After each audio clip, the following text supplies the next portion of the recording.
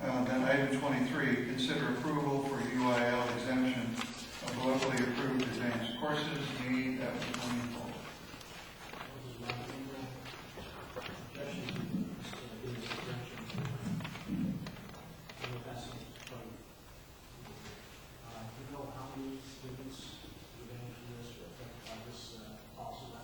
Yes, sir. I actually brought that this year because you asked me every year.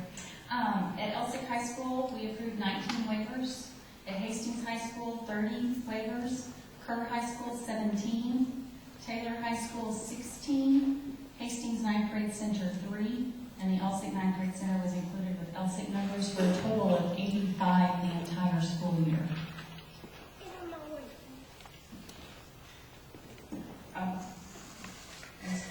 Could you repeat again what is the purpose of that UIL exemption? Yes, absolutely. It is for students who are involved in any UIL activity, and if they are in an advanced course, an advanced placement course, or a pre-advanced placement course, and they are not making a passing grade, they have the opportunity to waive out of the no pass, no play option for a 3-week period only. So it allows them to continue to play for 3 weeks while they work to get their grade up. They can use that waiver one time and one time only. One time the entire school? Yes, ma'am, for that particular class. Mr. Moss, out of that 85, how many of those were not successful after 3 weeks to maintain their grade? I do not have that information, but I will tell you that typically they are very successful at getting their grades up. Our coaches work with us very, very well, and if a child's not being successful, many times they allow them to stay for after school tutorials instead of going to practice because they realize that the child's first priority is their academics. And of course, the entire intent of it is to encourage students to take advanced placement and advanced and rigorous coursework and not be penalized by not being able to participate. So I understand his question. He does ask it on an annual basis, and I appreciate his concern. It's very valid. But you also have to understand the other side of it is that we want to encourage children to take the most challenging coursework possible. That waiver, to my understanding, extends to students who are in fine arts programs as well, who are AP students. Yes, ma'am. It is an AP fine arts course. Yes, ma'am. We have many of those. And we have many more children taking advanced placement courses, so it is something that, as Dr. Sterner said, is very advantageous to them. Honestly, if you can get that information about the passing rate, that's more definitely. Absolutely. Like last year, you were asked a similar question, and it was very small. We can include that in the board notes, but it's very few students that actually have to take advantage of the waiver. I'll move to approve. I second. Okay, we have a motion by Sarah Winkler, second by Rick Moreno, to approve the UIL exemption of locally approved advanced courses as submitted by the administration. Any further comments or questions before we proceed to vote? Hearing none, all in favor, if you raise your hand. Okay, all opposed. That's a 6-1 vote, and let the record note that NEHO was in opposition. Number 24, consider approval of revisions to local board policy EIA. That's yours also. I have no problem with this until I heard Herman's comment about routine. No, and I would like to respond to a few things Mr. Herman said that were incorrect. First of all, the law was very simply stated, and it was very simple in that it used the term assignment. Our point of the lawsuit was for term grades. It never mentioned that in all the explanations during the session. It was explicit in the word assignment. The intent was for this district to give kids a chance. We gave them a 50 for a minimum grade, which was still failing.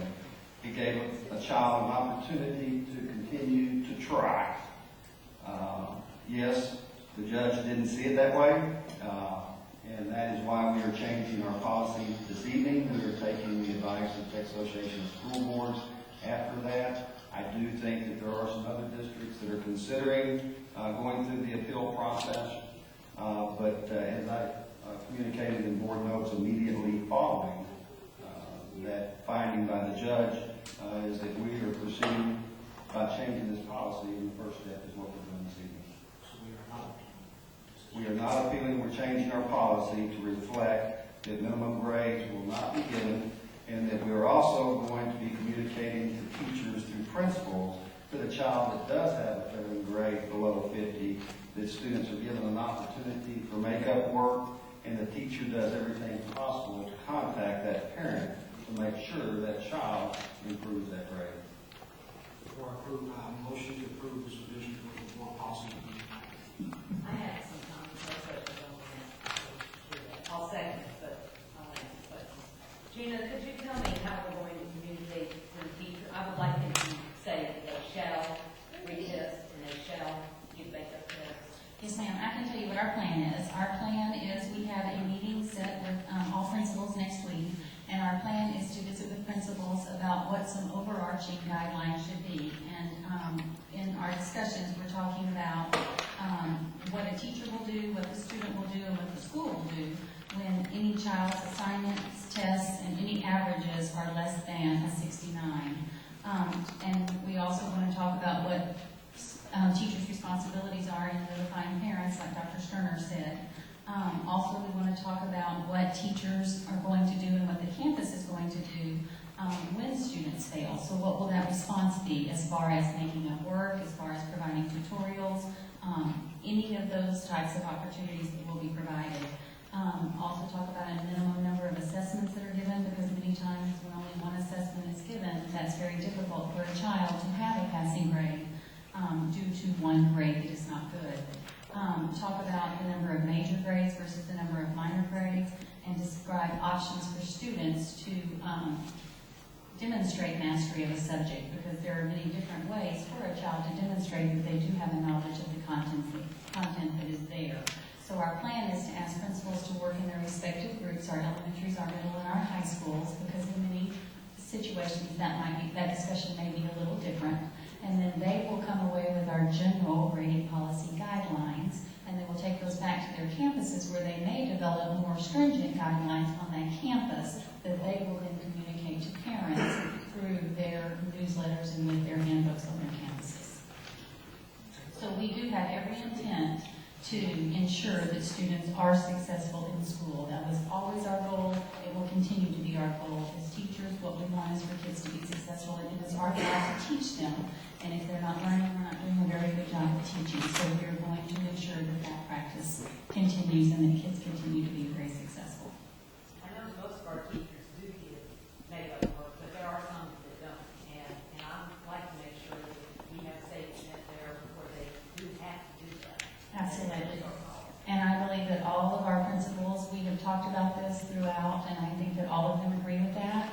And I think that us visiting with them and setting those parameters up front allows them to go back to ensure that all of their teachers on their campuses are providing that and ensuring them ways.